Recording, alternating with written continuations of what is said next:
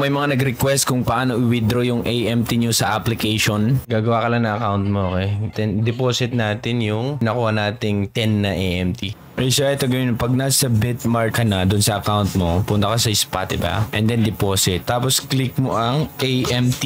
Hanapin mo ang AMT, click mo yan and then confirm mo. Ngayon, matik na yan na yung network AMT kasi manggagaling yung AMT dun sa application mismo. So i-copy mo yan, copy, tapos punta ka na dun sa application. Punta tayo sa AMT. Punta ako ng wallet, tapos AMT, make sure, ayun, nasa mainnet tayo, naka-blue, and then send. Ang wallet address natin, paste natin, and then max, ang estimated na gas prices, isa. So, marireceive natin 9.99. Subukan natin. Let's go. Ay, password. Okay, kailangan ko ng password. Wait. Sure na yan. Transaction submitted. Nasa pending siya. So, wait natin kung ipaprocess ba talaga nila. And hindi nagpapakita dito. Pero pag i-refresh natin, nag-go through yan. Ayan. Punta tayo dito. Ayan. Pag pumunta ka na, wala na, diba? Kasi nga, pag i-check mo yung wallet, okay, yung AMT, ayan o. So, na-process nila. Wait. Ayun, complete.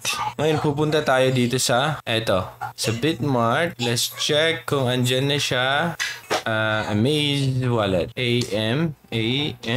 Wait natin. So, yan o, 9.99 yung sinend natin, diba? So, pumasok na siya. Eto na. Ngayon, ang withdrawal dito mga Lodi, natapos ko na din na withdraw. Hindi ko na videohan. So, eto siya. Na-withdraw na siya. Napunta sa TRC na wallet ko. Pwede sa Binance at pwede din sa PDAX kung gusto niyo mga Lodi. Kasi, mas mura siya. Binance or Tron wallet pwede. Ngayon, paano ba ang withdrawal? So, for example, eto. Dito ka sa trade.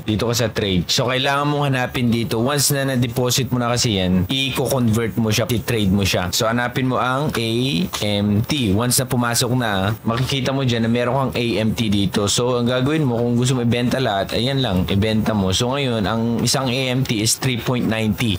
Okay? So, pag binenta mo lahat, sell. Pag sell mo ganyan, antayin mo lang siya. Once na nag-execute yung order mo, okay? Babalik ka dito sa asset, tapos pupunta ka dito sa spot trading. Once na dito ka na sa spot trading, makikita mo dito yung na-convert na AMT mo. Ayun, nawala na sa akin kasi nga na-withdraw ko, diba? Pag meron na dito yung USDT mo, dito ka na mag-withdraw, okay? So, paano mag-withdraw? Withdraw, click mo yan. And then, eto, okay? Siyempre, wala ka ng AMT USDT meron ka, okay? So, saan mo itatransfer yan? Send via crypto tayo, tapos pipiliin mo anong address. Dapat, kung sa Binance ka, pwede mong gamitin ang TRC, pero dapat piliin mo yung TRC din na network sa Binance at saka itong BEP20. Okay, saka ito lang gamitin mo pag sa Binance. Pero dapat kung ito pinili mo, ito din yung network na pipiliin mo sa Binance. Okay, para malinaw tayo. Same sa lahat ng mga exchanges. Pakita ko. Okay, syempre nasa fiat and spot kayo, di ba? So ngayon punta ko sa deposit. USDT deposit nyo, di ba? So USDT, type nyo lang ganyan. Ito. So i-click nyo itong deposit. Deposit, ganyan. O, ito na ngayon. So pag ang gusto mong piliin, ito BSC, BEP20, diba? I-click mo lang ganyan, kunin mo tong address na to, punta ka dito sa my Bitmart, dito mo siya ipipaste. Tapos anong pipiliin mo dito sa network? Yan. Same dun sa Binance, BEP20. So ngayon, ang transaction fee dyan is 1 USDT lang, isa lang. Okay? Pag TRX naman ang pinili mo, TRX, okay, TRX naman, copy mo yan, punta ka dun, paste mo ang TRX na wallet. Anong pipiliin mo dito? TRX.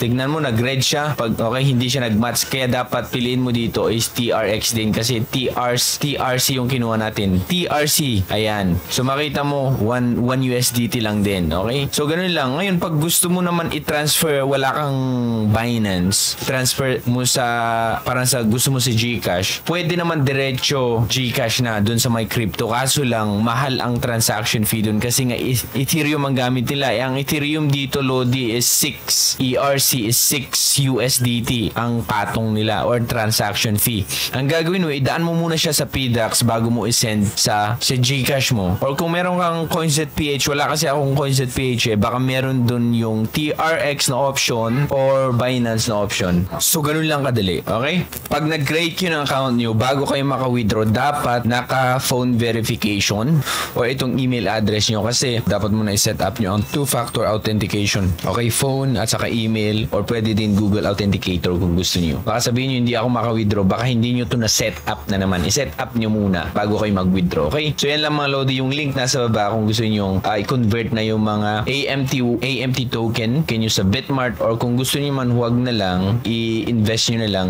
dun sa application mismo. Ibig sabihin, stake niyo siya. Yun na yung mining nila. Hindi free yung mining nila. Kailangan mong mag-stake ng 100 AMT token, Lodi. Maganda naman itong application, Lodi. Okay? So yan lang. Ako si Trogen. Thank you so much for watching. Bye.